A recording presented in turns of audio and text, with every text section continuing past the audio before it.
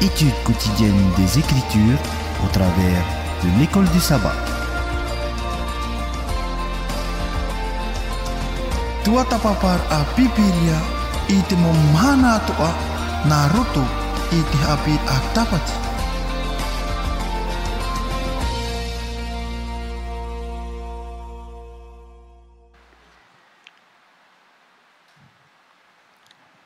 Et donc nous comptons sur vous pour pouvoir intervenir aussi dans cette étude que nous allons présenter ensemble.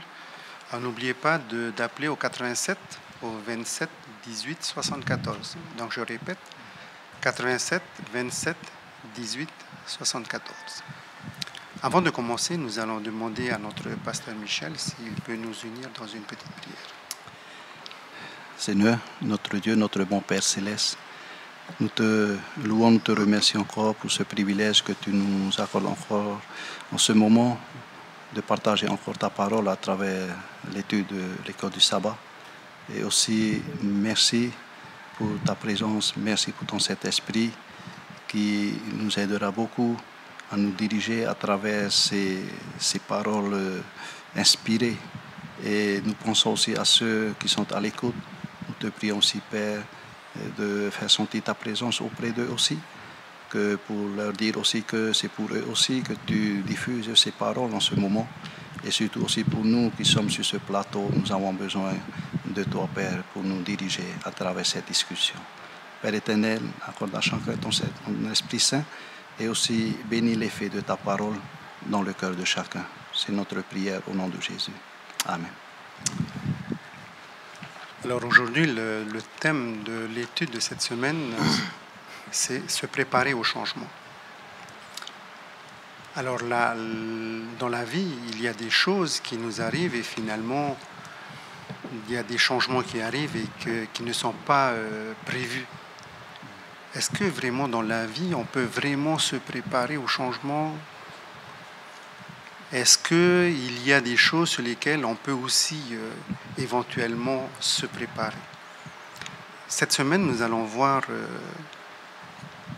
que l'école Sabbat va nous diriger sur certains événements que l'on connaît, qui arrivent, et on nous demande aussi, même dans ces cas-là, de se préparer.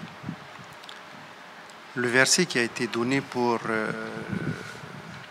la semaine se trouve dans Psaume 85, verset 13, et qui nous dit « La justice marchera devant lui et imprimera ses pas sur le chemin. » Qu'est-ce que ce verset vous donne comme argument sur une préparation au changement? Claudine. Alors, pour moi, lorsqu'on va parler de la justice, c'est une qualité, bien un trait de caractère que nous devons avoir. Et lorsque nous avons cela, nous sommes sûrs de pouvoir tracer un bon chemin dans notre vie. Donc, il y a des choses comme des qualités, des vertus que nous devons acquérir. Merci. Michel?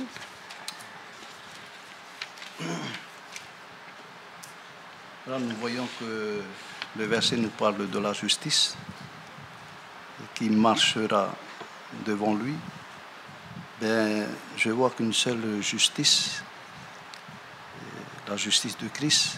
Sinon, on peut dire que peut-être Christ lui-même. Christ lui-même. Voilà, je lis ici une pensée qui dit c'est la justice de Christ qui est placée devant nous. Ça veut dire que sans cette justice de Christ, on ne peut pas avancer. C'est le fait que placé devant nous, ça veut dire que nous sommes en marche. Et sans cette justice, c'est impossible d'avancer. D'accord. Donc on voit clairement aussi que dès le départ, pour pouvoir affronter ces changements, tant que ce soit au niveau du mariage ou alors dans la vieillesse, et d'entrée, la Bible nous dit que ces changements peuvent se faire si le Christ est avec nous. Les changements se feront d'une manière qui soit véritablement selon Dieu. Donc on va essayer de voir comment répondre à cela. Donc si on vient dans la partie de dimanche sur des choses qui sont imprévues. Alors la question c'est par rapport à là l'école sabbat nous donne aussi l'expérience du peuple d'Israël. Et on retrouve cela dans le livre de 1 Corinthiens au chapitre 10 à partir du verset 1 à 13. Donc je vais peut-être demander à notre frère Tehio s'il a trouvé le texte de nous le lire. Alors, dans ma version Louis II, donc il est dit au chapitre 10, versets 1 à 13, « Frères, je ne veux pas que vous ignoriez que nos pères ont tous été sous la nuée, qu'ils ont tous passé au travers de la mer, qu'ils ont tous été baptisés en Moïse, dans la nuée et dans la mer, qu'ils ont tous mangé le même aliment spirituel, qu'ils ont tous bu le même breuvage spirituel, car ils buvaient à un rocher spirituel qui les suivait, et ce rocher était Christ. Mais la plupart d'entre eux ne furent point agréables à Dieu, puisqu'ils périrent dans le désert. Or, ces choses sont arrivées pour nous servir d'exemple, afin que nous n'ayons pas de mauvais désirs, comme ils en ont eu. Ne devenez point idolâtres, comme quelques-uns d'entre eux. Selon qu'il est écrit, le peuple s'assit pour manger et pour boire. Puis ils se levèrent pour se divertir. Ne nous livrons point à l'impudicité, comme quelques-uns d'eux s'y livrèrent, de sorte qu'il en tomba 23 000 en un seul jour.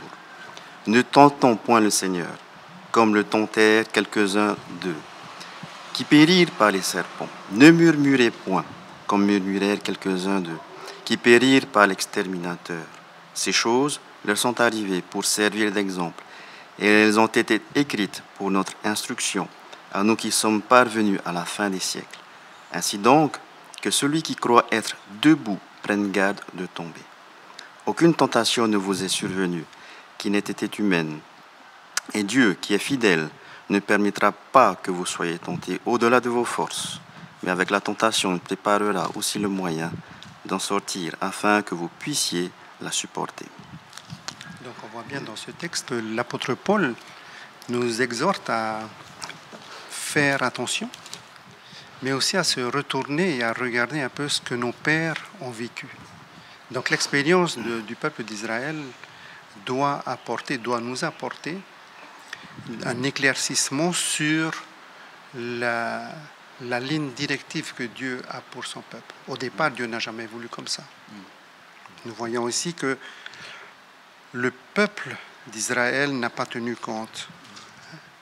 Et en fait, le premier point sur lequel les enfants d'Israël ont eu à se prononcer et à prendre des décisions face au changement, c'était par rapport, alors nous venons ça dans le verset 7, on nous dit « Ne devenez pas idolâtres ». Donc les conséquences vécues par le peuple d'Israël viennent d'abord du fait qu'ils se sont détournés de Dieu. Alors, dans notre école du sabbat, est-ce que vous avez une idée sur, ou alors, quels sont comment vous voyez le changement? Et pourtant, puisque Dieu nous demande, on connaît les directives de Dieu, comment est-ce qu'on peut exhorter les autres à ne pas tomber dans les mêmes choses? Sœur Claudine. Alors moi je pense que dans la Bible, il y a beaucoup d'exemples qui nous ont été donnés. Et nous voyons qu'au départ, tout était bien prévu. Et au milieu de la vie, il y a eu des changements. Et à la fin de la vie, d'autres changements. Je pense que la vie est vraiment bien remplie de changements, mais nous sommes souvent pris au dépourvu. Et pour cela, moi je déduis qu'on a vraiment besoin, qu'il y a besoin de préparation.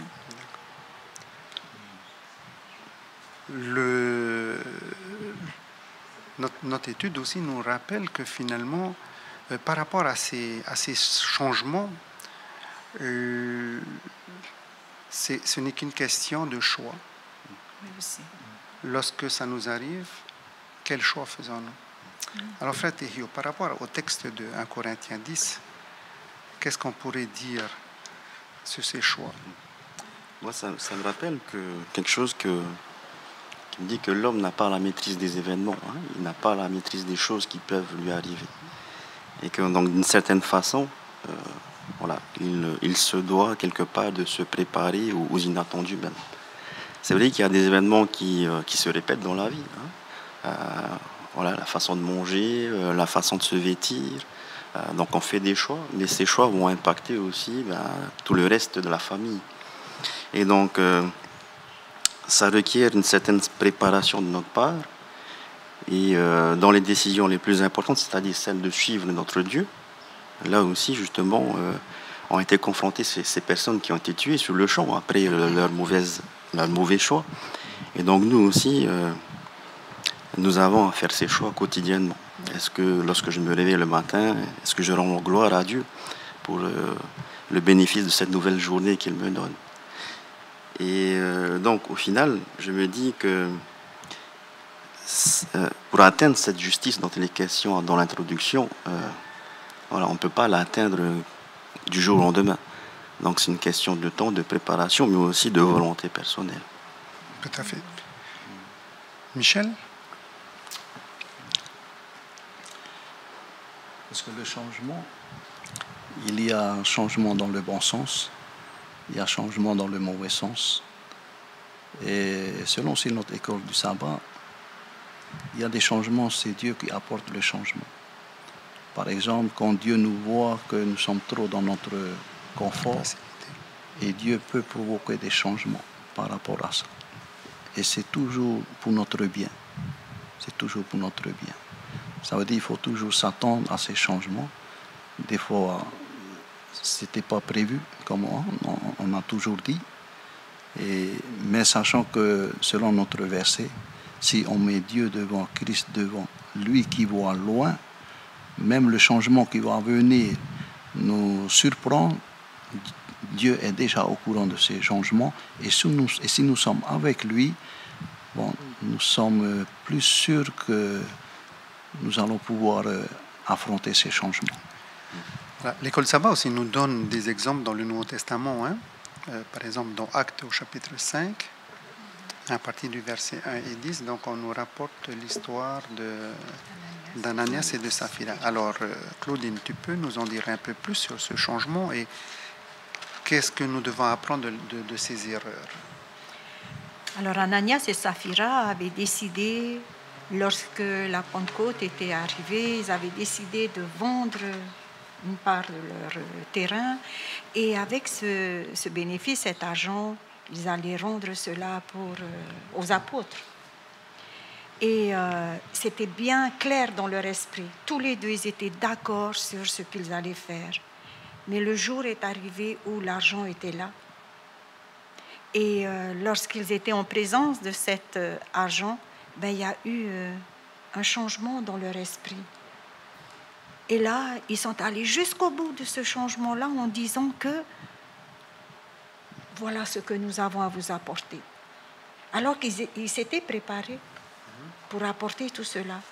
Mais dans l'esprit, en un peu de temps, ils ont changé, tourné vers le mal. D'accord. Donc en fait, lorsque le changement, donc si je résume, donc on peut partir de bonnes intentions. Oui. Et lorsque la chose arrive,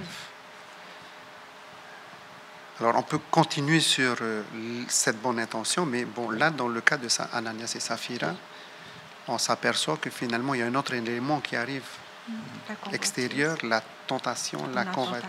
Et c'est là aussi, je crois, que par rapport au changement, le changement peut provoquer certaines directions dans lesquelles on peut s'engager. Et donc, c'est pour ça qu'il faut que l'on soit bien au clair de la leçon d'aujourd'hui sur qu'il est impératif, qu'il est même crucial que l'on puisse être armé. Il faut absolument se préparer pour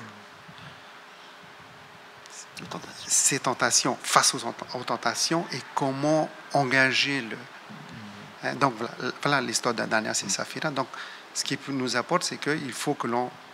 Voilà des exemples que l'on doit prendre et qu'aujourd'hui, on nous dit, il faut quand même être prêt. Sinon, on risque aussi de tomber. Donc la deuxième histoire se trouve dans Genèse au chapitre 16, versets 1, 2, le 5 et 6, que je demanderai peut-être à Tehio s'il a le texte, ou alors de nous rappeler brièvement l'histoire. Voilà, le texte nous dit, Sarai dit à Abraham, « Voici l'Éternel m'a rendu stérile. Viens, je te prie, vers ma servante. Peut-être aurais-je par elle des enfants. » Abraham écouta la voix de Sarai. Voilà, on se rappelle de l'histoire que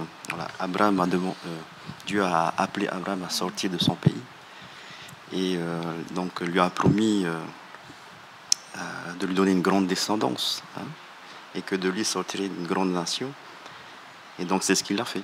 Et donc il a quitté son pays avec ses serviteurs, son foyer, tout ça, et ne sachant pas où aller. Donc il a rencontré des péripéties, il a fait la guerre dans certaines villes. Et Dieu lui rappelle encore, justement au chapitre 15, il lui rappelle il demande à Abraham de lui faire confiance. Et l'Éternel lui rappelle qu'il dit, au verset 7 du chapitre 15, il dit « Je suis l'Éternel qui t'ai fait sortir de ton pays ». Et voilà, dans ce contexte-là, où peut-être Abraham perd un peu confiance, il a peut-être un peu peur des pays environnants, malgré la victoire que Dieu lui a donnée sur ces pays-là. Et donc, il se trouve dans cette situation, il est un peu plus âgé qu'auparavant lorsqu'il a reçu cette promesse. Et finalement, il se confie plutôt aux paroles de son épouse que plutôt aux paroles de son Dieu. Et là, le changement qui intervient, justement, c'est va-t-il suivre les recommandations de son épouse ou de Dieu? Va-t-il faire confiance à ce que Dieu lui a dit de faire? C'est-à-dire que de lui-même et de son épouse Sarai sortiront un héritier. Donc on voit bien que les intentions données par Dieu ne changent pas, mais que l'homme, lorsqu'il voit arriver certaines choses, des choses imprévues, là dans l'occurrence l'âge n'aidant pas, donc ils ont essayé de chercher une autre solution. Bien qu'en sachant que Dieu n'approuve pas la polygamie, mais pour cela, là. Donc ça veut donc dire, en fait, ça me rappelle la leçon aussi du trimestre dernier, qui nous rappelle que Dieu s'est préparé des gens, mais que pour rentrer dans ce groupe des 144 000 et des élus, nous avons à nous revêtir de Christ, qui lui peut changer notre caractère. Et donc, pour faire revenir un peu à l'introduction sur la justice, donc on revient encore d'abord, on peut résumer en une chose, c'est que c'est Psaume qui va dire je suis né dans l'iniquité. Vous connaissez ce texte, et ma mère m'a conçu même dans le péché. C'est-à-dire que même avant que nous puissions venir dans le monde, les tendances qui sont en nous restent de pécheresse. Et c'est pour cela que le verset de tout à l'heure de Psaume 87 nous dit que si la justice marche devant nous, c'est-à-dire comme tu as dit tout à l'heure, que si nous avons revêtu Christ et si nous vivons selon ce que Christ nous demande, alors même les choses imprévues n'auront pas d'incidence sur notre vie. Et malheureusement, l'histoire des enfants d'Israël, l'histoire d'Ananias et Saphira, l'histoire d'Abraham nous rappelle que même pour ces grands personnages de la Bible qui ont été auprès de Dieu, ils ont failli. Encore, alors, si maintenant nous arrivons à notre époque, nous ici, qui est nous face à Abraham? Alors, le changement va se faire, et pour cela, il faut absolument que, par exemple, que nous quatre qui sommes là, nous soyons équipés pour faire face à ce changement.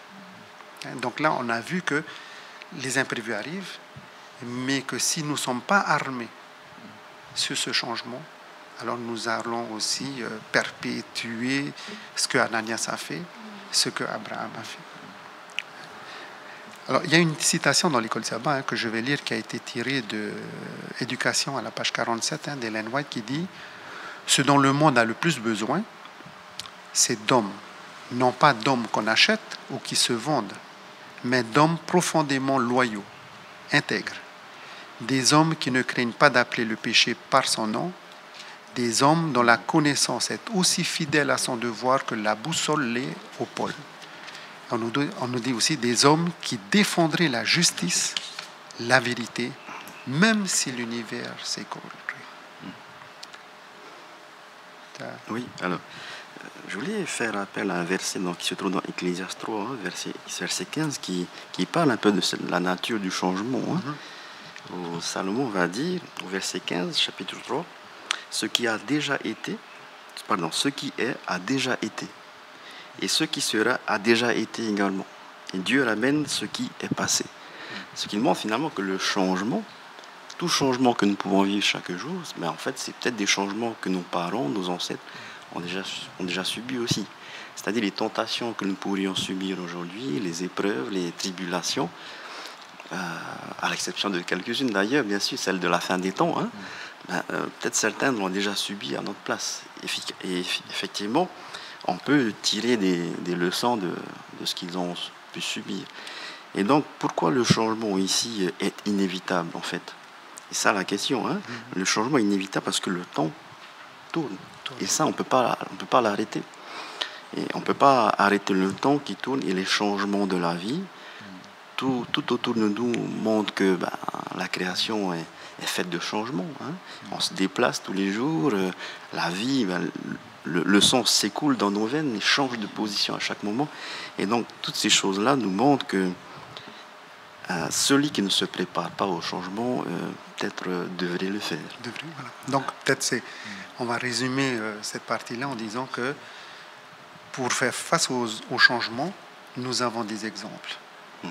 Hein, donc, ces pères, hein, les exemples que la Bible nous cite, sont des exemples pour nous pousser à véritablement prendre conscience qu'une préparation est urgente dans le domaine de la vie.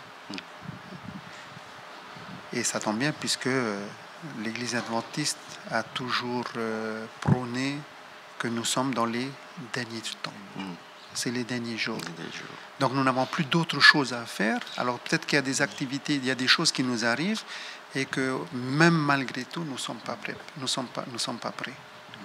Or aujourd'hui, Dieu demande des personnes qui soient prêtes. Donc c'est peut-être un appel aussi à cette préparation urgente que nous devons avoir personnellement.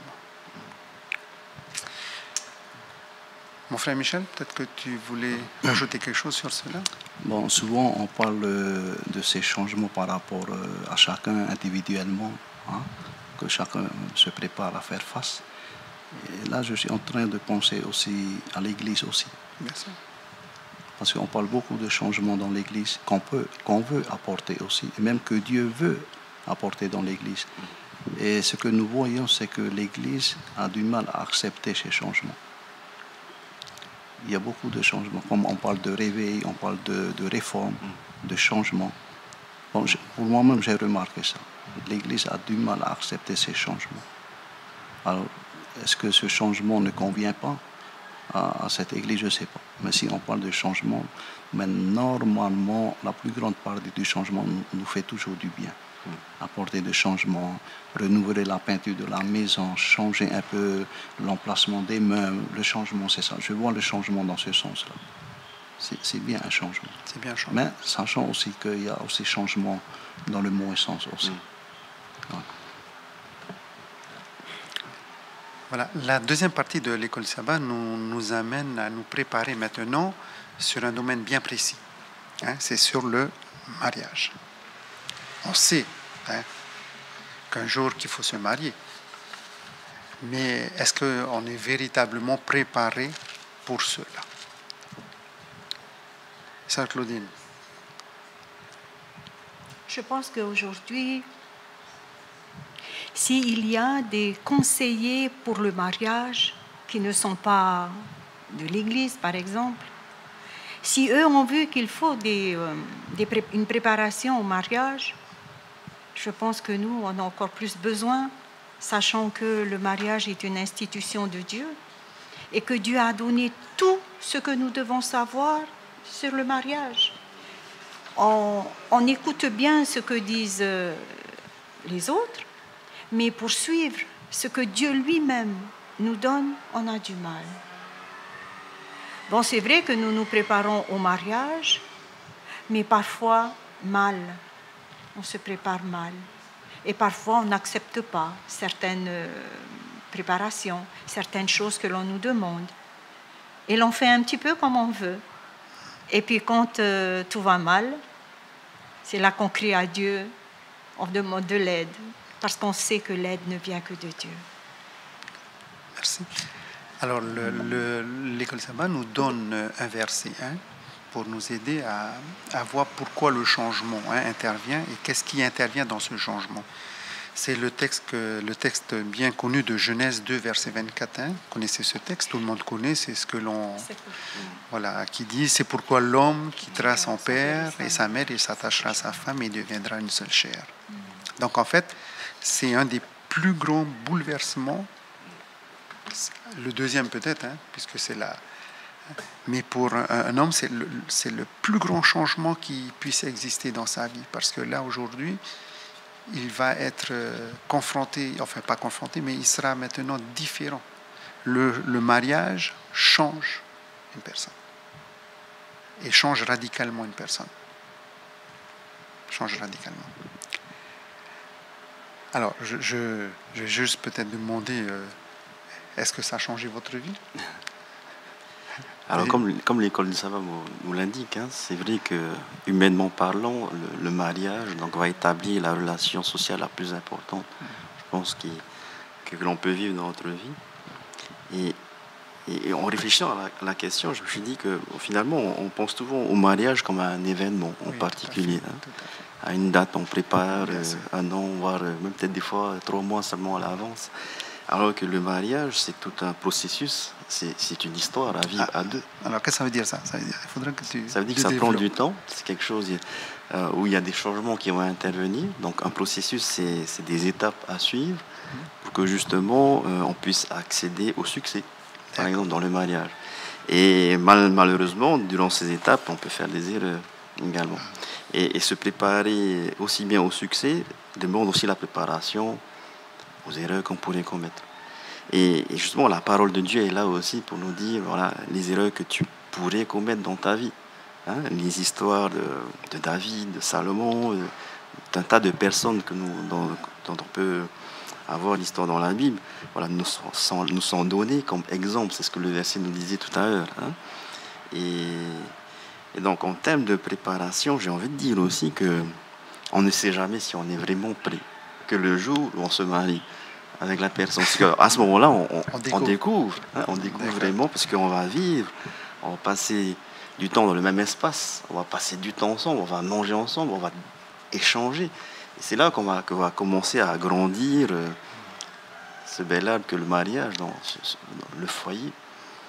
Et voilà ce que je peux dire. Merci. Alors, il y a une idée dans l'école du sabbat qui nous dit que la préparation, qui va dans ce sens-là, qui dit que la préparation au mariage doit commencer par nous-mêmes. Alors, ça veut dire quoi ça?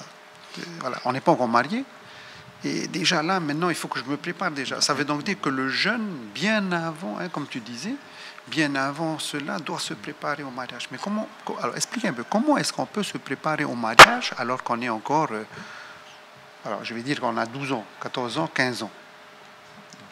Alors que 15 ans aujourd'hui, ils sont déjà mariés. Enfin, on va dire en couple. Alors, Michel.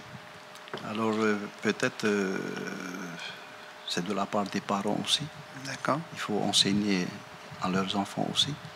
Et sûrement, nos enfants attendent beaucoup de nous, des parents. C'est-à-dire, il faut leur orienter dans ce sens-là. Et dès leur jeune âge, nos enfants vont commencer déjà à penser à cela. Ou sinon, peut-être nos enfants aussi nous regardent aussi, dans notre vie de couple aussi. Peut-être ils voient des bas et des hauts, et ça peut les aider aussi dans cette préparation. C'est-à-dire les faire savoir aussi qu'un jour, ils deviendront aussi des maris, des épouses, des époux. Peut-être on peut commencer à leur préparer à partir de ce moment-là. Claudine, tu as l'air songeuse. Là. Alors moi je dis, lorsqu'on dit que la préparation au mariage commence par nous, c'est vrai. Parce que moi j'ai mon caractère, j'ai ma façon de voir les choses, j'ai ma façon d'organiser les choses, d'organiser ma vie, de faire mon emploi du temps. Et maintenant, si je dois me préparer à vivre avec une autre personne, il faut que je vois aussi que l'autre doit entrer dans mon programme de travail, dans mon planning, dans tout ce que je vais organiser, parce qu'il faut que je tienne compte de lui. D'accord. Puisque je vais passer le reste de ma vie avec lui. Donc la préparation, c'est aussi de voir qu'est-ce que je peux faire avec lui, est-ce que je vais l'accepter, est-ce que je vais faire, si lui me demande ceci, est-ce qu'on peut s'arranger pour pouvoir faire tous les deux la même chose, à des temps différents. Mais je pense que c'est vrai que ça commence par nous. Parce que lorsque on vit cet exemple-là, on a fait cette expérience-là, on peut mieux parler à nos enfants, leur expliquer, parce que nous avons vécu cela. Si moi je reste sur ma position, non, je ne change pas, je ne veux pas dépendre de toi, je ne veux pas vivre avec toi et c'est toi qui me commandes, etc. Moi je pense que la préparation au mariage pour nos enfants sera trop difficile. Alors peut-être, je vais pousser un peu plus simple. Alors, dans un mariage, quelles seraient les qualités que l'on va rechercher dans la personne avec qui on va se marier? Alors, déjà, moi, je pense qu'il faut voir son caractère, l'intérieur de cette personne, et pas voir seulement l'extérieur, mais de voir déjà comment est cette personne-là. Alors, l'école Saba nous donne deux textes, dans 1 Corinthiens chapitre 13, 4 et 8, et le texte bien connu de Galates chapitre 5, 22, qui sont les fruits de l'esprit. Alors, quelqu'un peut-il lire ce texte-là, s'il vous plaît? Le verset 4. Verset, voilà.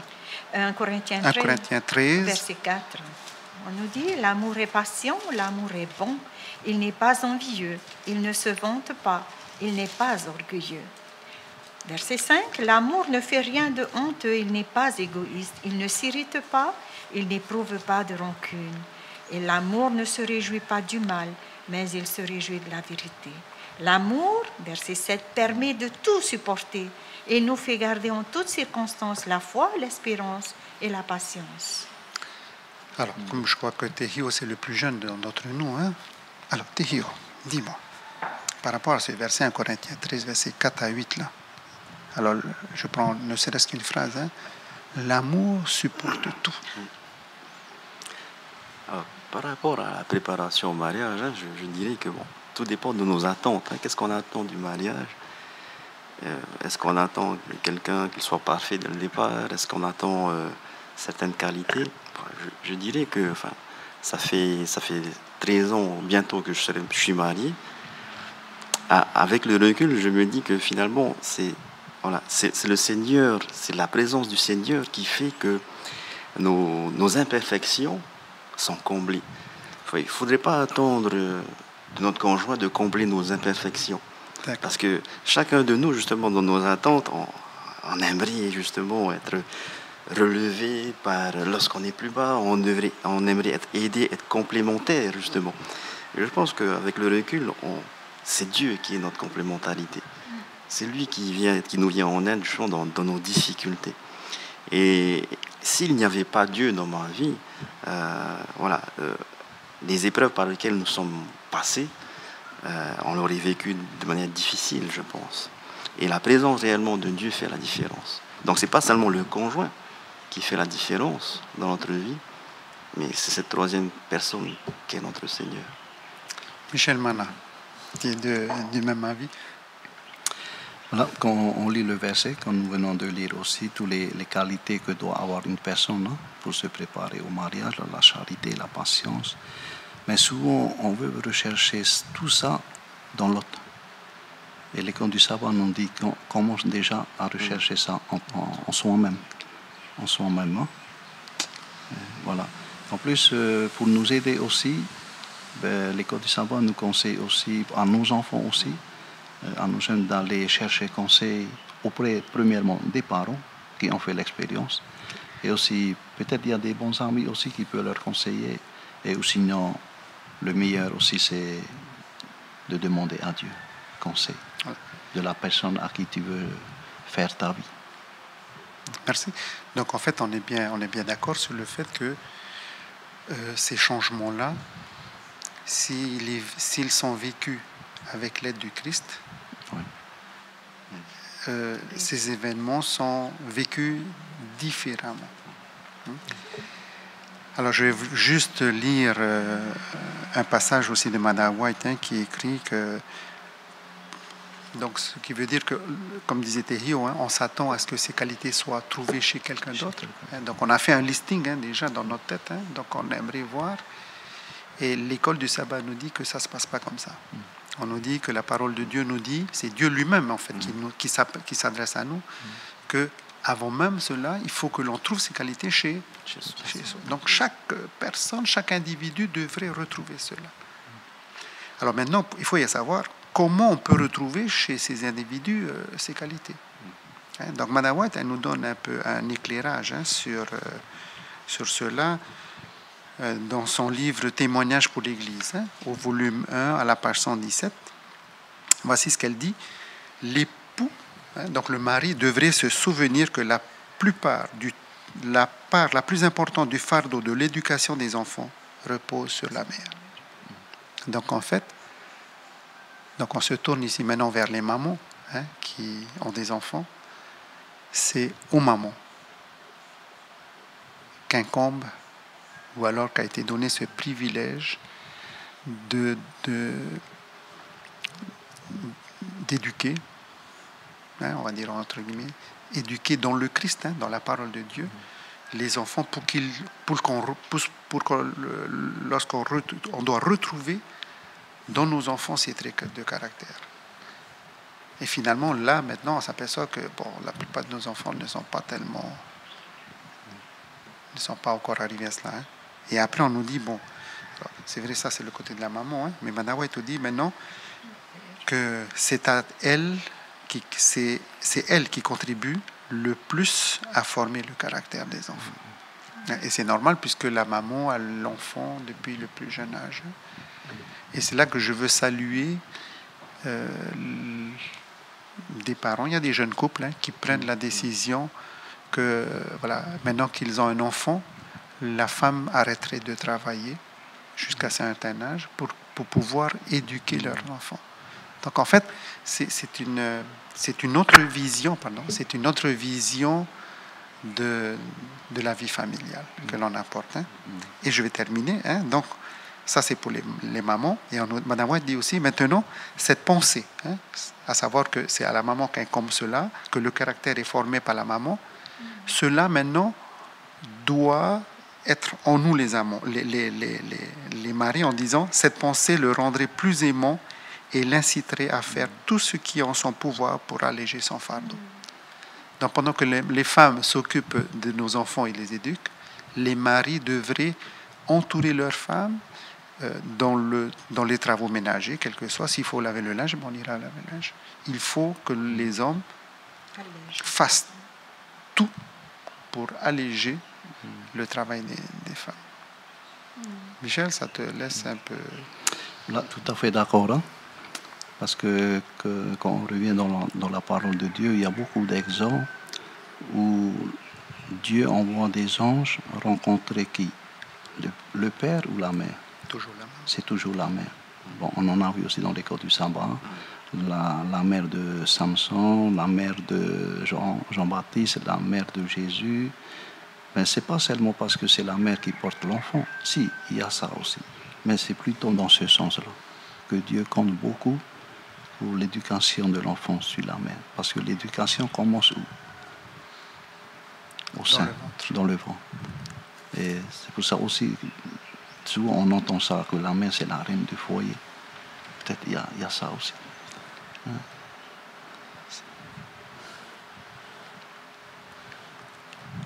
Donc on a bien compris que la préparation au mariage se fait déjà dans le foyer, avant même que les enfants soient là. Ça incombe, un bon mariage incombe déjà aux parents qui vont mettre au monde. Donc ça veut dire qu'il faut déjà créer ce climat à la maison. Mais ce climat, comme on a dit tout à l'heure, ne se fera que si nous avons Christ en nous et que les actions de Christ se feront au travers d'eux. Alors, on nous donne une idée. Hein? Est-ce qu'il y a de bons mariages?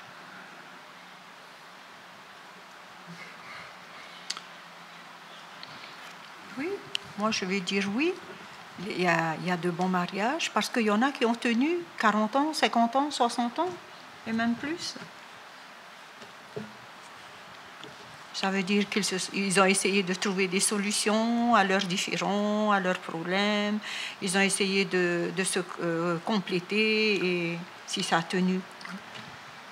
Voilà. Donc pour rejoindre un peu ce que disait Tehio tout à l'heure, hein, c'est-à-dire que lorsqu'on est ensemble maintenant, eh bien il va falloir...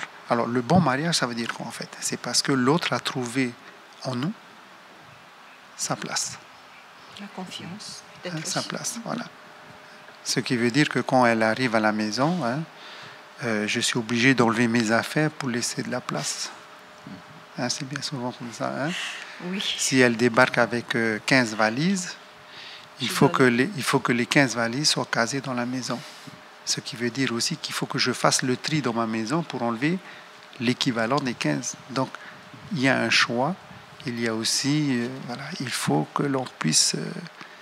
et cela suffit, s'accorder. Alors Michel, est-ce qu'on peut s'accorder vraiment sur toute chose dans le mariage? Alors, si on parle de bon mariage, c'est mieux peut-être de dire est-ce qu'il y a un mariage parfait? Alors, nous savons tous que si on parle de famille, il n'y a pas de famille parfaite. Toutes les familles sont imparfaites, même les familles de la Bible. Nous sommes, parce que déjà, avant d'avoir une famille, nous sommes tous imparfaits. Mais par contre, pour moi, si on parle de perfection dans le mariage, je vois plutôt un mariage qui dure. Parce que le haut et le bas, ils ont toujours leur place dans le mariage. Mais par contre, un mariage qui dure, mais selon notre verset de tout à l'heure, ils deviendront une seule chair, c'est-à-dire c'est pour devenir. Un mariage qui dure, je préfère me baser sur ça. Un bon mariage, un mariage parfait, c'est très difficile à rechercher ça. Mais par contre, un mariage qui dure, malgré les problèmes, c'est possible. Merci. Alors pourquoi est-ce que le mariage est-il donné en exemple pour nous aujourd'hui? Pourquoi est-ce qu'il faut se préparer au mariage? Est-ce qu'il n'y a pas seulement... Alors c'est vrai qu'il y a le mariage entre l'homme et la femme, mais peut-être aussi que la Bible veut aussi nous pousser à voir autre chose au travers du mariage. Hein? Claudine, qu'est-ce que toi... Le mariage symbolise le lien qu'il y a entre Jésus et l'Église. C'est une relation qui existe entre Jésus et sa fiancée. Et voilà pourquoi le mariage pour nous a de l'importance. D'accord.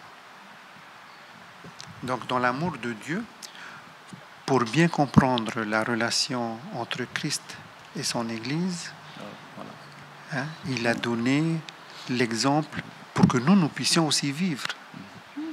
Alors Michel, qu'est-ce que ça te donne comme réflexion? Alors c'est pas pour rien pourquoi Jésus lui-même il a comparé cela à le mariage, à sa relation lui-même par rapport à son Église, même jusqu'à dire qu'il s'est donné lui-même pour l'Église. Et c'est peut-être pour nous aider que pareillement aussi dans notre vie de mariage aussi, il faut agir aussi comme Christ lui-même a agi par rapport à son Église. Voilà. Parce que là, c'est puissant. Hein? Oui, oui. Parce que des fois, on prend un peu notre mariage à la légère.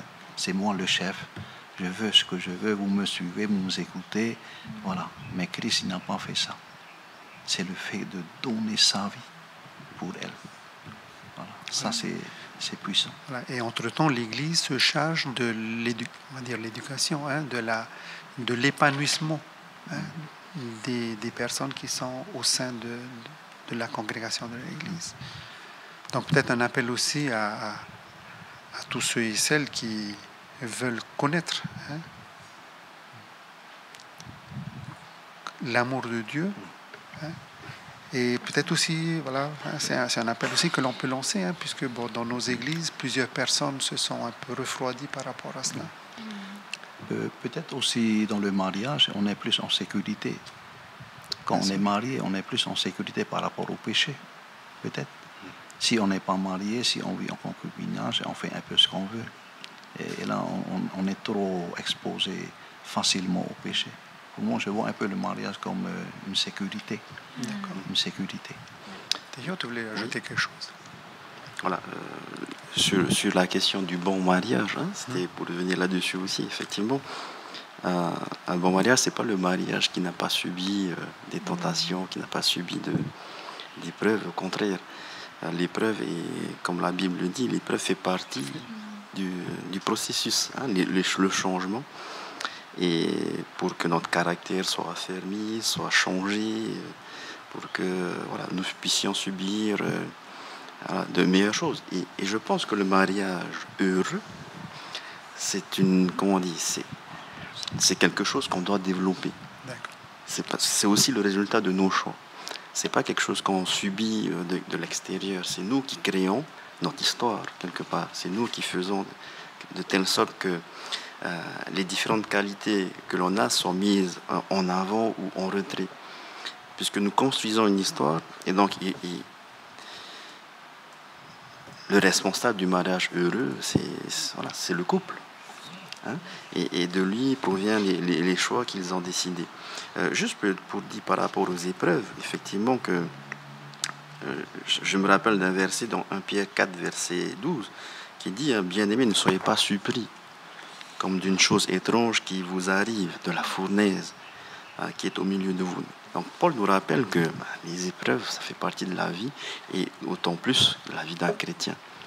Et donc si le foyer est la base même de notre société, c'est là-dedans que nous pourrons justement être dans la fournaise du feu, c'est-à-dire que nous pourrons grandir aussi, être forgés selon l'Esprit de Dieu.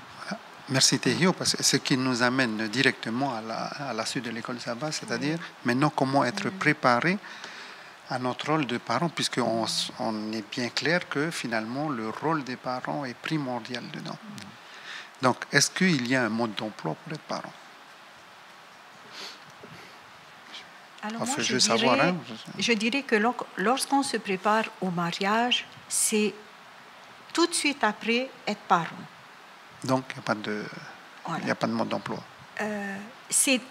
S'il y a un mode d'emploi, c'est-à-dire que quand tu auras des enfants, il faudra que tu fasses ceci, il faudra que tu leur apprennes ceci et cela, les nourrir spirituellement, etc.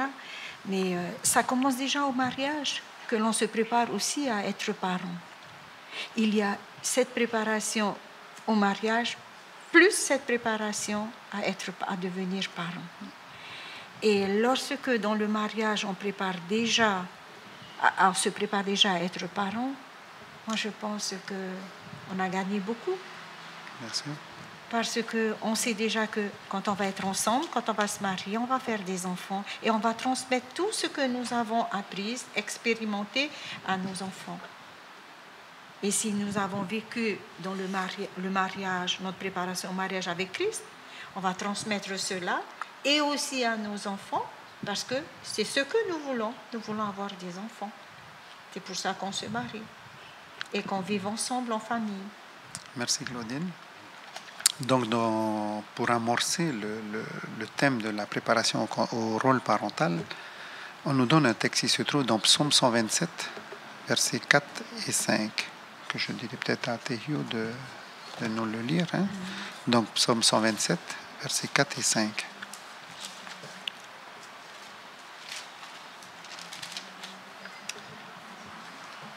Alors, au verset 4, il est dit « Comme les flèches dans la main d'un guerrier, ainsi sont les fils de la jeunesse.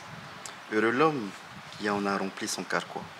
Ils ne seront pas confus quand ils parleront avec des ennemis à la porte. » Alors, Michel, qu'est-ce que tu penses de ce verset? Est-ce que les fils sont vraiment les fils de la jeunesse, sont-ils des flèches? Mais ses fils, ses enfants doivent être des flèches selon la parole de Dieu. Mais on sait aussi qu'on a mal utilisé. On n'a pas tenu compte de ces flèches qui sont nos enfants. Hein? Et dire aussi, quand on parle de flèches, on parle aussi dans la main d'un combattant. Oui. Hein? Il y a le combattant, parce que sachant que notre vie, c'est une vie de combat. Et en tant que parents, nous sommes combattants, et nos flèches dans nos mains, ce sont nos enfants. Ce sont nos enfants. Alors, qu'est-ce que ça veut dire si les enfants sont des combattants? Ce sont des instruments dans les mains d'un combattant. D'un combattant. D'un combattant. Et voilà. Alors, si je lis ce verset dans la version Pain de vie, le même verset, Psaume 127, 4 à 5, le texte nous dit que les fils qu'un père reçoit dans sa jeunesse sont comme des flèches dans la main d'un combattant. Il est heureux, l'homme qui a rempli sa maison de telle arme, quand il se défendra contre ses ennemis, aux portes de la ville, il ne sera pas couvert de honte. Ça veut dire, quand cet homme remplit sa maison de ses flèches, ici on parle d'une famille peut-être assez nombreuse. Hein? Je dis que peut-être un père qui a eu, je sais pas, 5, 6 enfants, même jusqu'à 10, 12 enfants, comme Jacob. Hein? Et il dit qu'il est heureux, c'est un homme heureux, cet homme qui a rempli sa maison de ça. Et utiliser ses enfants, ça veut dire on a une responsabilité par rapport à ses enfants. D'accord. Pour qu'ils puissent devenir vraiment des flèches, Alors, des arbres. On va voir au niveau du développement de l'école du sabbat sur quelle idée l'école sabbat voudrait nous amener. Et pour cela, on nous a donné trois récits. Hein. Le premier se trouve dans 1 Samuel au chapitre 1 et verset 27. Hein. Donc on connaît bien cette histoire. Hein. C'est l'histoire avec laquelle on a grandi dans les écoles du sabbat. Hein. Vous connaissez l'histoire, hein. C'est Dieu qui appelle Élie. Et c'est Élie qui appelle. Et croyant entendre Élie, le petit Samuel va venir auprès de Élie. Et donc la première fois, Élie va lui dire, écoute, je ne t'ai pas appelé. Et à la deuxième fois, Élie réalise que c'est autre chose. Et il se rend compte que c'est Dieu qui l'appelle. Et à ce moment-là, on va entendre les fameuses paroles que l'on connaît bien. Hein. C'est « Parle, ton serviteur, écoute ». Et là, c'est là que Dieu va dire à Samuel que tu deviendras maintenant mon porte-parole. Pourquoi? Parce qu'il a jugé la maison d'Élie. Et à cause des agissements des enfants d'Élie, des fils d'Élie. Mais c'est surtout aussi à cause du manque de considération et manque de prise de position d'Élie par rapport à ses fils que Dieu va prendre la décision maintenant de changer. Ce qui peut peut-être aussi un peu nous rappeler le texte que nous venons de lire, que lorsque l'ennemi arrivera, c'est-à-dire que quand il y aura les tribulations, voilà, tout dépend comment les enfants ont été élevés. Soit ils deviennent des combattants, ils remplissent la vie de joie du papa, de la famille qui n'est pas attaquée. Donc on vit tout sereinement, même si les tentations sont là, on arrive devant. Et la deuxième histoire, c'est pour Juge. Alors quelqu'un peut lire le livre Juge 13, verset 7. Mais il m'a dit, tu vas devenir enceinte et tu enfanteras un fils. Et maintenant, ne bois ni vin, ni liqueur forte, et ne mange rien d'impur, parce que cet enfant sera consacré à Dieu dès le ventre de sa mère jusqu'au jour de sa mort. Oui, alors on parle de qui là? De Samson. Samson, hein? Et donc Samson va devenir à partir de ce moment-là un des juges d'Israël. C'est le libérateur. Le libérateur d'Israël. troisième texte qui se trouve dans Luc, chapitre 1, verset 6, verset 13 à 17 aussi, hein, uniquement le 6, et après les versets 13 à 17.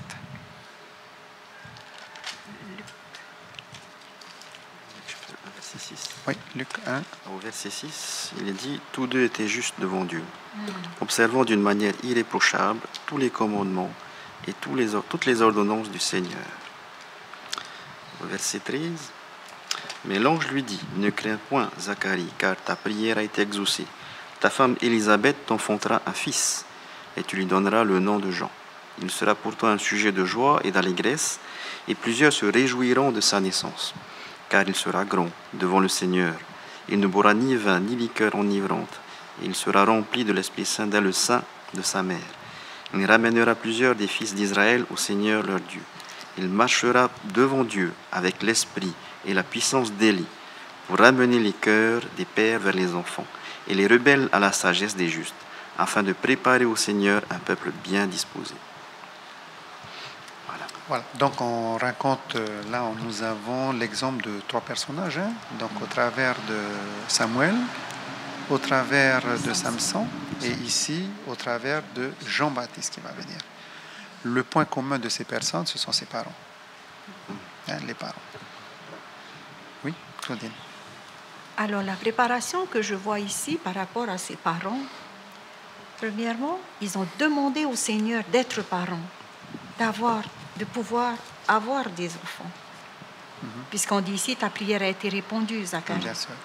Et on dit à Anne, et Anne disait, l'enfant que j'ai demandé dans la prière, enfin ce que je demandais dans la prière, c'est cet enfant. Et puis après, ici, on dit que les parents, ils étaient juste aux yeux de Dieu.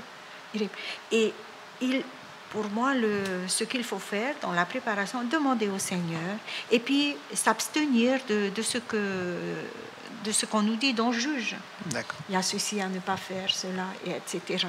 Il y a ces instructions-là à suivre. Et puis après, les parents aussi doivent être bien. Donc on a bien compris que, comme nous avons dit tout à l'heure, hein, lorsque pour créer pour le mariage, pour qu'un mariage soit réussi, les enfants doivent être déjà préparés. Et pour cette préparation incombe aux parents déjà. Hein? Oui. Et là, on nous dit que finalement, comme tu dis, ces parents-là avaient déjà engagé un processus auprès de Dieu pour avoir des enfants. Donc, les enfants n'arrivent pas comme ça sur le... C'est demandé, et lorsque c'est demandé, il y a un plan bien établi. Donc, il y a une préparation. Alors, je vais même dire que quand c'est bien établi comme ça, c'est carrément une consécration. Hein, c'est une consécration de la part des parents qui s'engagent devant Dieu par rapport au don qu'il reçoit, hein, l'enfant, et ils vont le suivre jusque... Alors, Théo. Oui. Alors, c'est juste pour dire, dans le même sens, hein, pour dire que l'éducation, l'instruction, on dit parfois que c'est à force de répétition qu'on éduque. Hein. C'est à force de répéter les mêmes choses que finalement, l'enfant fait ça, prend le pli et est éduqué de la manière dont les parents le veulent. Mais il ne le fait jamais tout seul. Et on aurait tort de croire aujourd'hui qu'un enfant s'éduque par ses maîtres d'école, par exemple. Mais il s'éduque d'abord à la maison, puisqu'il y passe le plus clair de son temps. Et parfois même, il est éduqué à l'école avec les copains, avec ses influences. Donc ce sont des choses à prendre en compte dans notre éducation. Et on voit ici que les recommandations qui ont été faites à ses parents, elles étaient très précises dans ce qu'ils mangeaient, de la manière de se vêtir, de se coiffer. Et nous, aujourd'hui, est-ce que l'on prend le temps aussi de leur inculquer ce style de vie qui est donné par la Bible? Et je pense qu'on devrait être plus au courant, justement, nous en tant que chrétiens, de cette façon de vivre qui est inculquée dans la Bible. Parce que, justement, la Bible nous promet des choses importantes. C'est ce qui est arrivé à ces personnes, à ces jeunes. Ils sont devenus des dirigeants, avec leurs défauts, bien sûr, mais qui ont amené le peuple de Dieu là où Dieu les attendait. Bien sûr. Alors, je rejoins complètement cette idée. Hein. Voilà. Et l'école Sabbat veut attirer notre attention pour cette semaine au moins, hein, et durant tout le trimestre, puisque ça sera revu d'une autre manière. Vous allez voir que prochainement, on va revenir sur ces sujets-là en voyant une autre facette, mais toujours en parlant de l'importance d'une préparation. Hein, et cette préparation, elle est voulue. Et c'est là que je vois que Dieu vraiment est amour. Hein, dans Amos, au chapitre 7, je crois, 3-7, qui dit que Dieu ne fait rien sans révéler. C'est secret. Il ne fait rien. C'est-à-dire que pour obtenir le bonheur de l'homme, Dieu va tout mettre en place.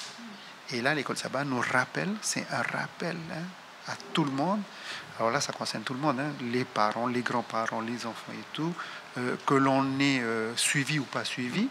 C'est peut-être là aujourd'hui un recadrage. Hein. Bon, dans le terme de l'ordinateur, on dit c'est une mise à jour. Hein. Il faut absolument, et encore mieux, si on prend l'école du sabbat que nous avons eue le trimestre dernier sur l'Apocalypse, hein, où Dieu se prépare un peuple. Aujourd'hui, Dieu s'adresse à son Église et à chaque parent, chaque membre de la famille, pour leur dire, voilà, telles sont les responsabilités et comment est-ce que l'on doit faire. Donc, et c'est comme ça qu'on arrive que... Voilà. Et donc, je peux lire un texte de Manaouai qui dit que c'est de sa mère et des écrits des prophètes que Jésus acquit la connaissance des choses célestes. Vous vous rendez compte un peu? Hein? La connaissance que Jésus avait de ce qui se passait dans le ciel et des plans de Dieu, c'est fait sur les genoux d'une mère. Donc on peut rendre gloire à Dieu pour toutes les mamans, hein, qui sont là et qui peut-être sont dans cette préparation, mais peut-être aussi qui ont perdu aussi, parce qu'aujourd'hui la vie est telle, les enfants sont aussi devenus indociles aussi, hein, mais peut-être aussi pour rappeler qu'il ne faut pas se décourager, il faut continuer cela. Michel.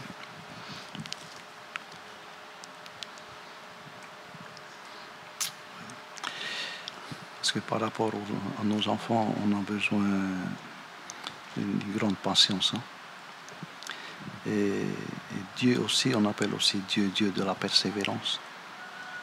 Et il y a Paul aussi qui a dit que nous avons besoin de cette persévérance de Dieu pour faire la volonté de Dieu. C'est impossible de faire la volonté de Dieu si on n'a pas cette persévérance. Et là, je pense que face aussi à cette responsabilité en tant que parents, et surtout vu aussi à ce qui se passe en ce moment autour de nous, tout a été changé, soit dans l'éducation par rapport à avant. Et souvent, on se refait toujours avant, c'est comme ça, les jeunes sont comme ça, les enfants, ils obéissent. Mais ça ne marche plus aujourd'hui. Il y a une grande différence aujourd'hui. Et là, nous sommes tous, en tant que parents, exposés à cela. C'est très dur, c'est très difficile. Et c'est la raison pourquoi, quand on parle de genoux, voilà, la solution vient de là. Sur nos genoux, on a besoin de ça. En tant que parents, face à cette lourde responsabilité. Donc dans la prière. Dans la prière. Merci. Il ne faut pas oublier effectivement que l'ennemi a aussi son éducation. C'est-à-dire là où nous ne plantons pas des graines, l'ennemi va se charger de planter ces graines aussi. C'est-à-dire les moments où nous ne passons pas du temps avec nos enfants, soit à l'école ou en vacances ou que sais-je, ce sont autant d'occasions que l'ennemi va saisir, hein, pour essayer d'influencer en bien, enfin surtout en mal, nos enfants. Et donc se préparer à devenir parents, c'est préparer nos enfants à quelque part à faire de bons choix ici, effectivement aussi. Alors l'école sabbat, pour faire le lien, hein, l'école sabbat nous dit que finalement, une fois que l'on s'est préparé pour être parent, après on passe à un autre stade. Hein? Voilà. Tu disais tout à l'heure que le temps ne s'arrête jamais, ça continue. Hein? Donc le temps aussi avance, et avec le temps, l'âge aussi. Hein? Ça fait partie des changements. Voilà, ça fait partie des choses. Voilà. L'évolution, ça évolue. Voilà, donc après nous arrivons finalement à ce fameux temps qu'on appelle la vieillesse. Hein? Et le texte qui se trouve dans Psaume 90, au verset 10, alors je vais lire, hein, c'est « Les jours de nos années s'élèvent à 70 ans, et pour les plus robustes, à 80. Et l'orgueil qu'ils en tirent n'est que peine et misère, car il passe vite, et nous nous en voulons. » Voilà. Alors, donc, est-ce qu'on peut vraiment, finalement, puisqu'on doit être... on doit passer par là. Est-ce qu'une vieillesse aussi se prépare? Michel, tu t'es préparé, toi, à vieillir? Je ne sais pas si on peut parler de préparation parce que la chose arrive, on ne peut pas arrêter. Mais il y a quand même se préparer ici. Hein? Se préparer. Parce que peut-être dans le sens aussi de bien vivre ce moment de vieillesse. Parce qu'il y a des personnes à 50 ans, mais ils ne peuvent plus supporter la vie. Quoi. Ils sont tombés malades, hein, mal de partout, alité. Et peut-être si on voit dans ce sens-là, se préparer, c'est qu'on peut avoir 70 ans, 75 ans, et on est toujours sur nos deux pieds. Voilà, c'est une manière de se préparer pour cette période de la vie qui va venir. Bon. Alors, et c'est là que je suis... j'ai été vraiment émerveillé hein, lorsque l'équipe du CMA est arrivée. Donc, on a présenté tout le monde et je voyais un monsieur que j'ai toujours vu dans l'église. Parce que j'ai grandi dans l'église et j'ai toujours vu Jackie. Et j'étais étonné de le voir. J'ai dit, oh là là, Jackie, partout, il est toujours là. Voilà. Et pour moi, Jackie avait 70 ans. Et lorsqu'il nous apprend qu'il a 83 ans, j'ai dit, mais comment ça se fait? Et en étudiant l'école sabbat d'aujourd'hui, on nous dit, tiens, la vieillesse se prépare. C'est pas quand on est vieux qu'il faut commencer à faire ça. Non, c'est fini. En fait, la vieillesse se prépare aussi. Donc, j'ai 60 ans. J'ai un petit temps quand même pour me préparer. Peut-être que c'est un peu tard. Hein? Mais l'école sabbat nous dit qu'il faut avoir une profonde connaissance avec Dieu. Hein? C'est ce qu'on a dit. Hein? Et c'est pour revenir alors, et on suit en fait le fil rouge que nous avons vu depuis le verset que nous avons cité sur la justice, hein, qui est Christ. Lorsqu'on a Christ en soi, lorsqu'on a ce cheminement, en fait, toutes nos actions, toutes nos décisions se font avec lui. Ça n'empêche pas, comme dit Tehio, qu'il y a les tentations qui sont toujours là. Mais il n'empêche que, voilà, un exemple parmi tant d'autres, hein, où nous trouvons. Et la deuxième, et c'est là que j'aimerais bien développer avec vous, c'est qu'il faut aussi développer de bonnes habitudes. Pour vieillir, vous avez les bonnes habitudes spirituelles, et d'ailleurs, parler avec Jackie, vous allez être stupéfait par une connaissance de la Bible qu'il a, par les versets qu'il a mémorisés à 83 ans. Il connaît les versets par cœur. Un exemple. Alors maintenant, on va venir sur le deuxième point qui est développer les bonnes habitudes. Alors, comment on peut développer de bonnes habitudes et sur quoi on va développer de bonnes habitudes? Tehio. Alors, David nous dit dans Psaume 71, verset 17, il a dit « Ô Dieu, tu m'as instruit dès ma jeunesse, et jusqu'à présent, j'annonce tes merveilles. » Donc, c'est un peu le secret, je pense. C'est-à-dire que les habitudes, elles ne se développent pas au moment à la fin de sa vie, hein, et dès le démarrage, dès sa jeunesse. Donc, nous devons faire attention à ce que nous faisons. Parce que, bien souvent, ce que nous faisons tous les jours, nous le faisons par habitude. Et les choix deviennent des réflexes. Les choix deviennent des routines plutôt que des changements dans notre vie. Donc, développer des habitudes, c'est extrêmement important dans le domaine de l'alimentation, dans le domaine de l'exercice physique, et vont contribuer justement, je pense, à arriver à cet âge avancé de la meilleure manière possible. C'est pas seulement la quantité d'années qui compte, mais c'est aussi la qualité des années que nous vivons. Hein. Et ce que Dieu désire pour chacun de nous, c'est que la qualité soit plus importante que la quantité, bien sûr aussi. Sinon, les deux en même temps. Voilà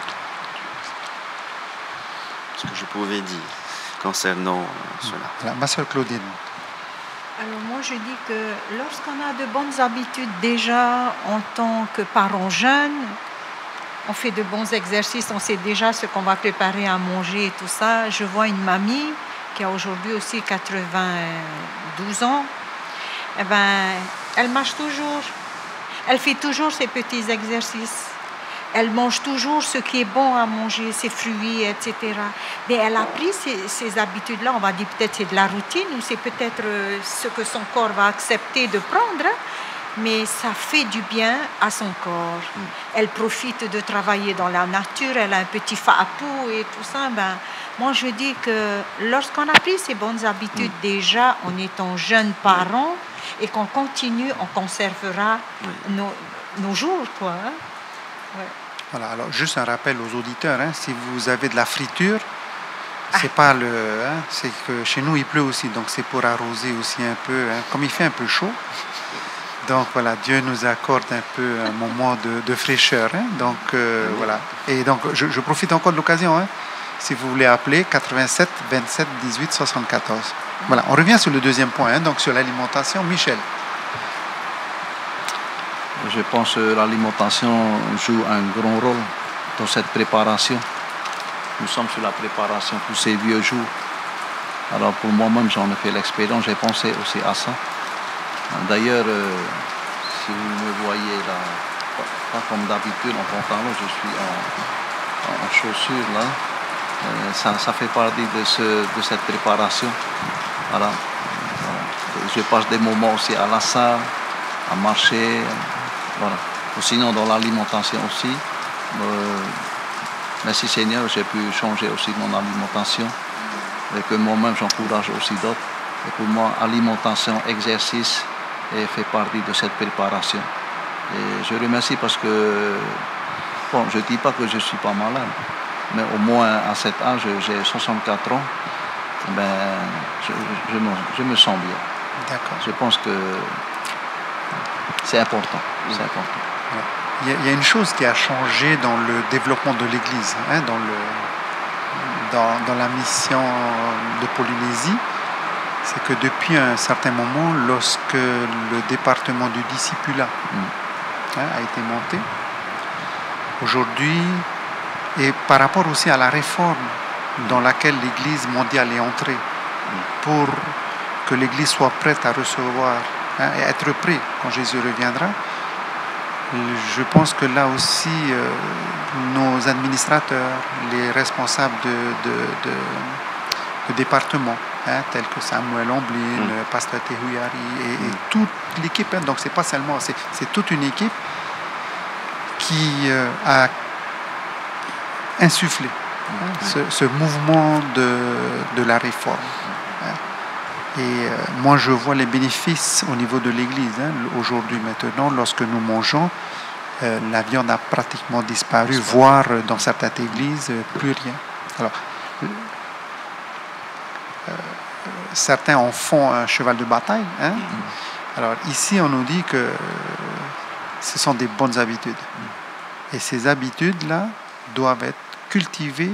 Alors, Théo a bien lu le texte, hein, dès la jeunesse.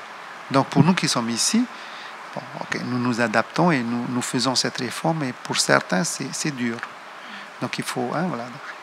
Mais nous qui avons étudié aujourd'hui, et nous avons des enfants, nous avons des petits-enfants, on a tous un peu. Hein.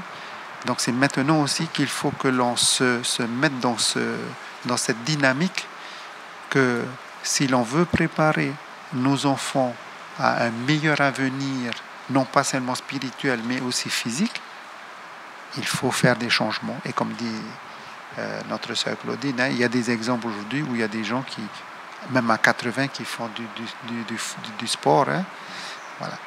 Et la troisième, c'est, en fait, on va juste survoler, hein, c'est développer une passion pour la mission de Dieu.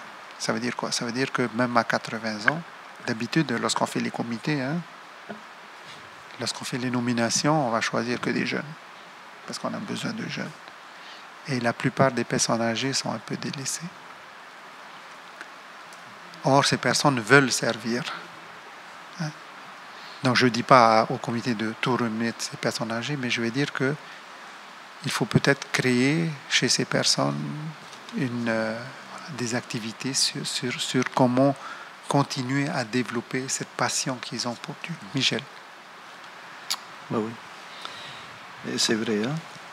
Parce que comme on dit, il faut laisser la place aux jeunes. Hein? Bon, je ne dis pas que c'est faux de penser de cette manière, laisser céder la place aux jeunes. Mais comme tu dis, il y a aussi des personnes âgées aussi. Il y a d'autres qui veulent arrêter de travailler, mais il y a d'autres qui veulent continuer aussi à travailler.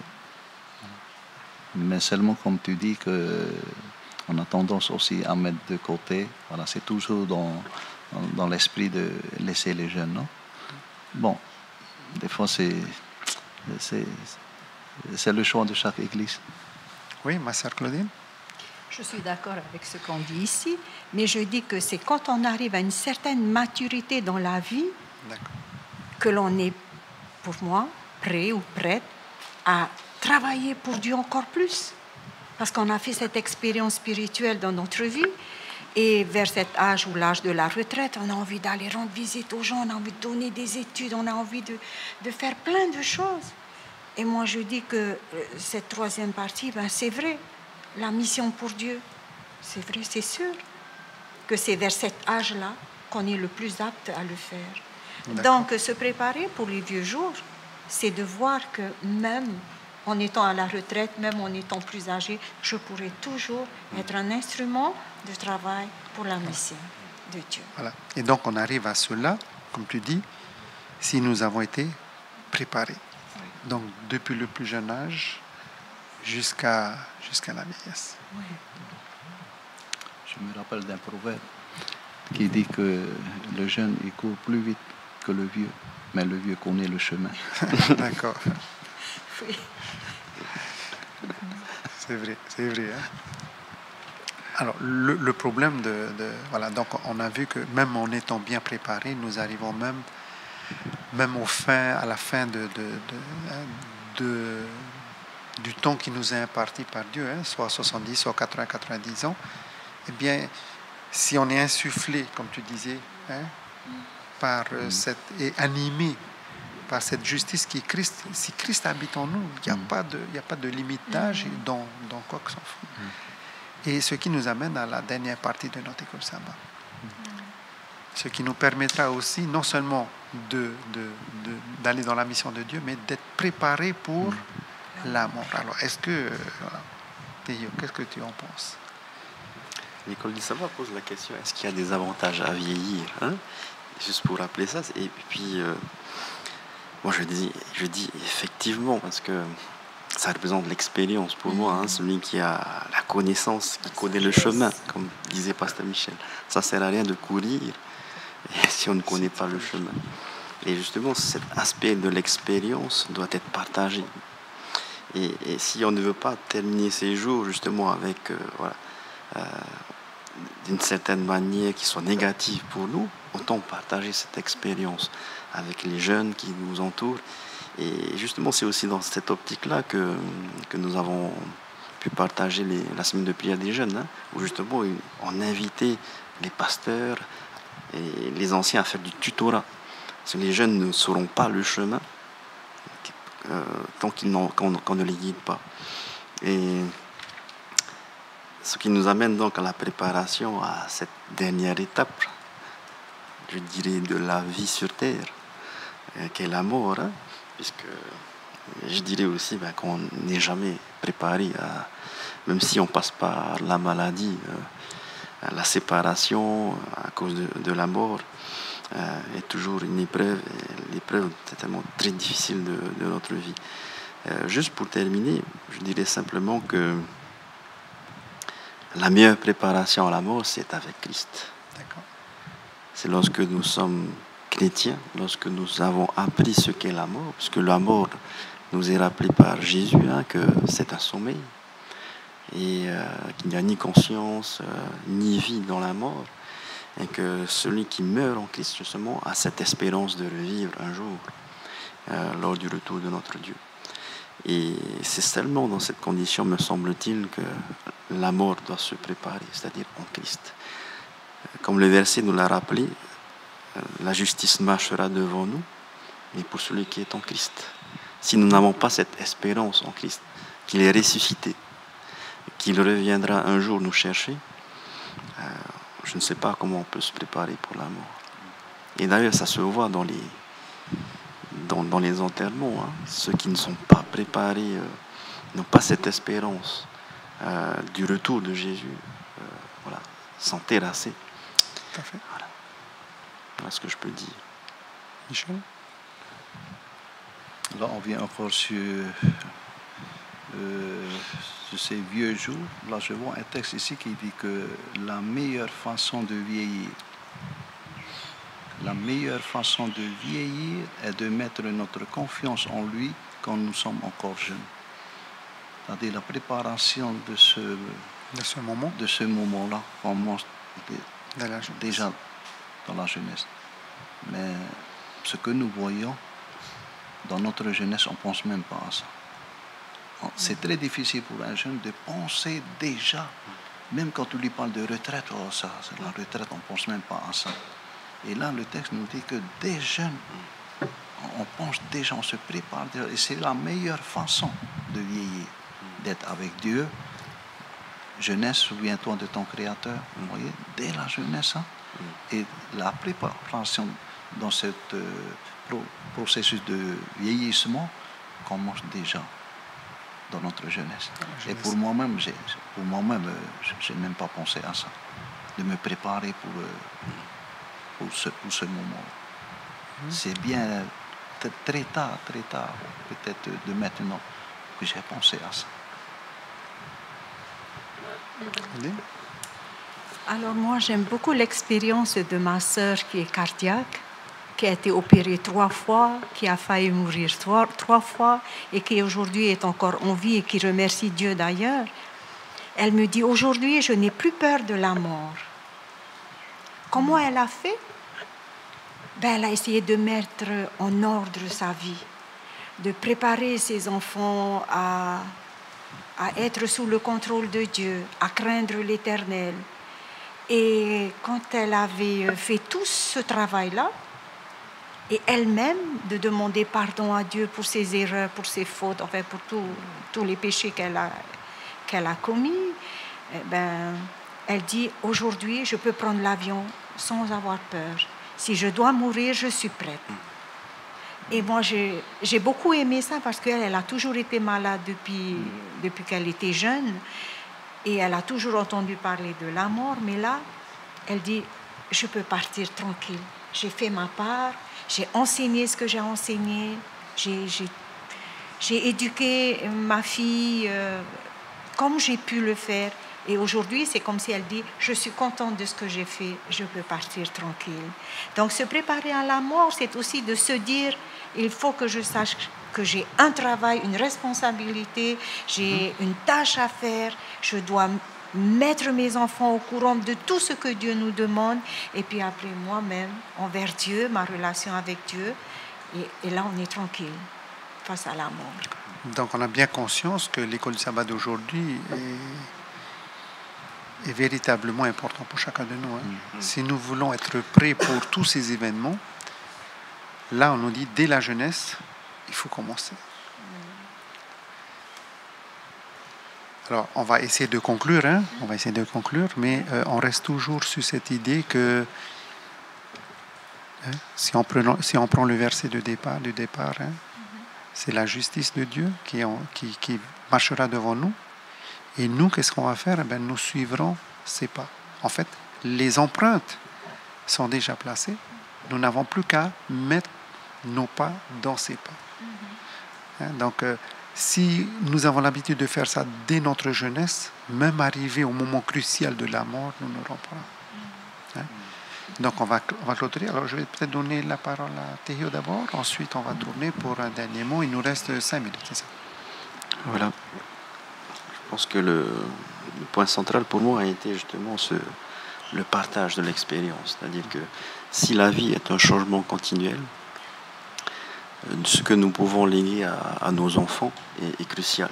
C'est-à-dire que nous pouvons passer à travers l'histoire, vivre une histoire celle-ci est encore meilleure lorsque nous pouvons donner quelque chose à nos enfants, aux générations futures.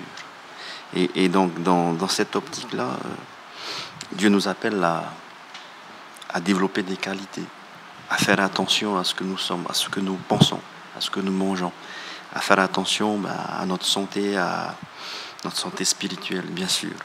Et devant cela, la question qui se pose, est-ce que ma préparation, qu'est-ce qu'elle vaut? Je pense que c'est qu'à la fin de la vie qu'on pourra répondre à cela. Et le résultat se verra sur nos enfants. Mais je pensais à une petite citation, un petit proverbe qui dit ceci: le succès vient de bonnes décisions. Les bonnes décisions viennent de l'expérience. Mais l'expérience vient de mauvais choix, parfois. Et ne pas avoir peur de faire des erreurs, je pense, c'est parce que nous avons cette grâce qui nous est donnée par Jésus. Malgré toutes les erreurs qu'on a pu faire dans le mariage, avec nos enfants, dans l'éducation, dans l'église, eh bien, Dieu nous donne encore sa grâce et nous pouvons encore profiter. Et c'est ça la bonne nouvelle, que malgré tout, si nous n'avons pas bien géré toutes ces étapes de notre vie, Dieu est encore là et il nous aime tels que nous sommes et nous appelle à continuer ce processus. Merci Théo. Voilà.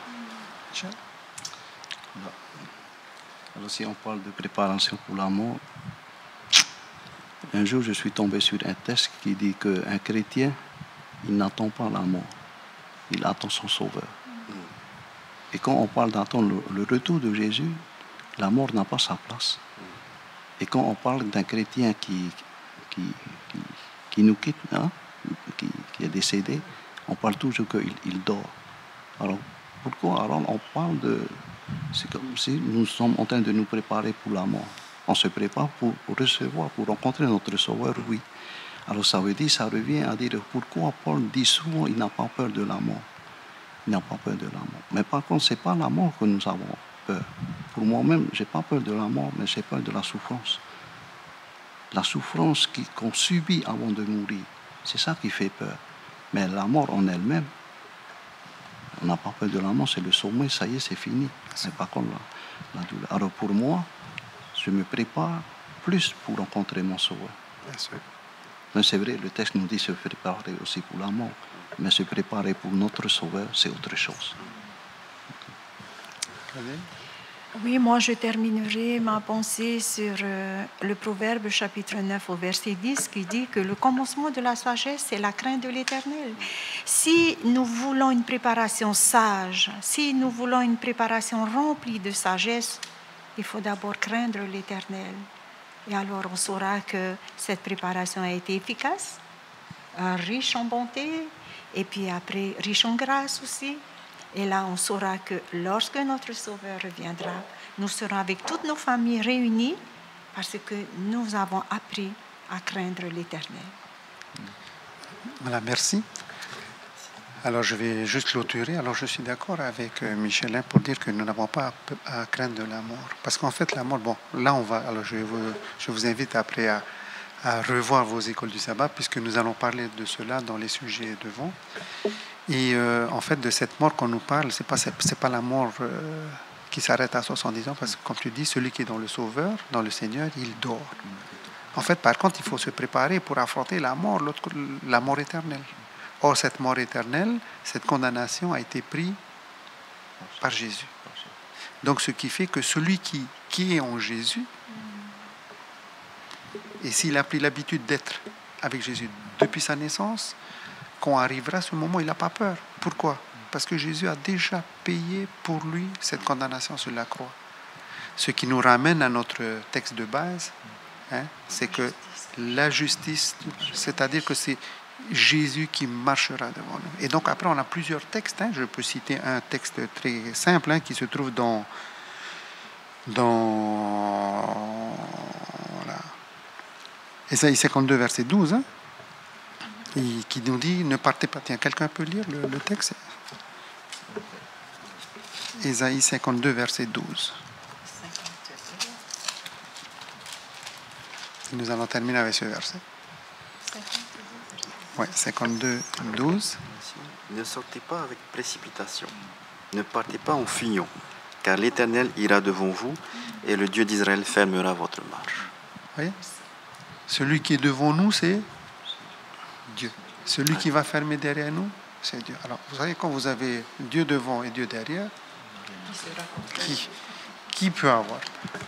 Quelles que soient les étapes de notre vie, hein, dans notre rôle de parent, dans notre rôle de mari, hein, ou le rôle de mère, ou alors rôle d'enfant, ou alors rôle rôle parental, ou alors même dans la fleur de l'âge, on n'aura rien à craindre, puisque c'est Dieu qui est avec. Donc on comprend mieux maintenant le verset qui introduit notre sujet d'aujourd'hui.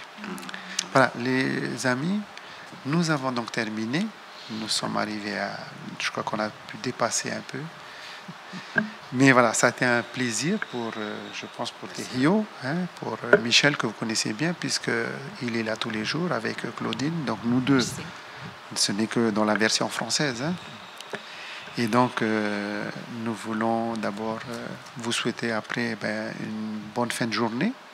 Et nous espérons vous retrouver encore sur les ondes de la radio LVDL demain matin à partir de 10h pour l'école du sabbat en tahitien. Voilà. Bonne journée à vous et que Dieu vous bénisse. Merci.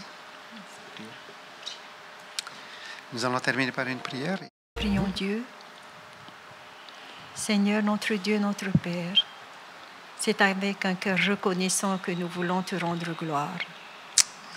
C'est avec un cœur rempli de joie que nous voulons te dire merci, Père, pour tout ce que tu nous as enseigné aujourd'hui, dans cette préparation que tu nous as donnée à vivre, à faire, à suivre. Car tu nous dis que c'est auprès de toi que nous pouvons tout avoir, que nous serons les mieux préparés. Les mieux préparés pour te recevoir lorsque tu reviendras et lorsque tu nous prendras avec toi. Tu nous as aussi montré comment nous pouvons amener toutes nos familles avec nous pour vivre éternellement avec toi. Seigneur, merci pour tout ce que tu continueras à faire pour nous.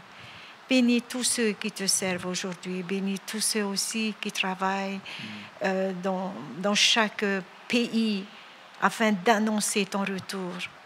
Seigneur, nous voulons que toutes nos familles, toutes nos églises et ainsi que tous nos enfants, tous ceux qui cherchent à te connaître puissent recevoir cette grâce, qu'un jour ils seront aussi avec toi. Seigneur, merci d'entendre notre prière. Nous te l'adressons au nom de Jésus, notre Sauveur, qui revient bientôt. Amen. Amen. Amen.